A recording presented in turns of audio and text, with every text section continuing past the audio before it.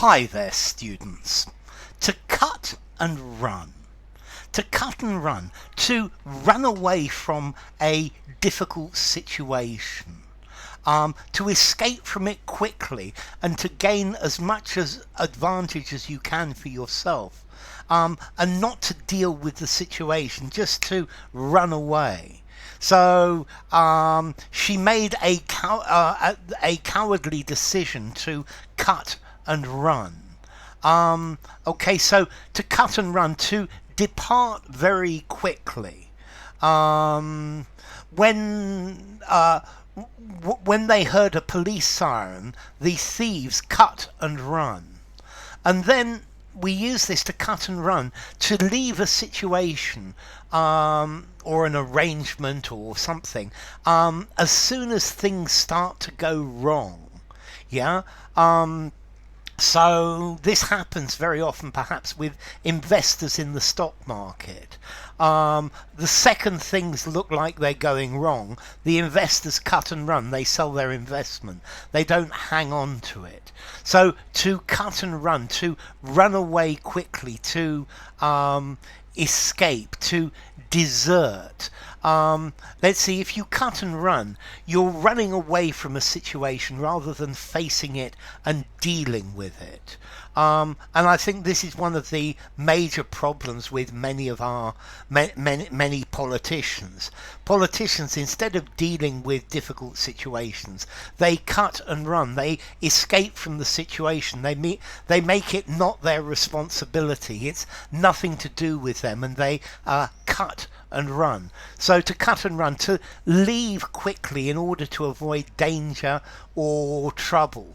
Yeah, so you know this phrase, fair weather friends. Well, fair weather friends are friends who cut and run when you're in trouble. And clearly you know that if you are a good person, you can't cut and run when your friends are in trouble. You need to go out there and help them, even if the situation is problematic. Yeah. So, yeah, to support somebody through thick and thin, even if it's a problem. Okay, so if somebody cuts and runs in a difficult situation, they're escaping. They're not being responsible. Yeah. So yeah, politicians cut and run rather than taking responsibility for their actions. It's very easy to cut and run and not to face the problems that may come, but well, it's not a very honourable thing to do, to cut and run. So to abandon a position as quickly as possible, yeah, is when you think you've got the best advantage that you're going to get out of a situation, you cut and run. It doesn't always mean you're abandoning your friends, but it means to abandon a situation.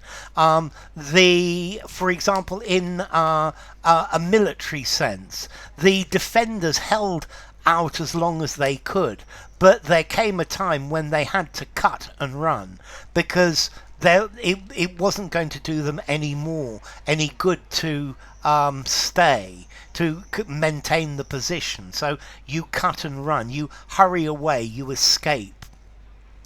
Okay, so to cut and run, it's time to cut and run. Formality, I think I would give this a 4 in formality.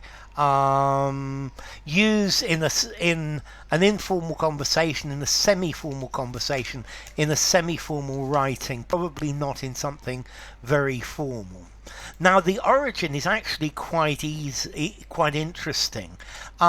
It comes from the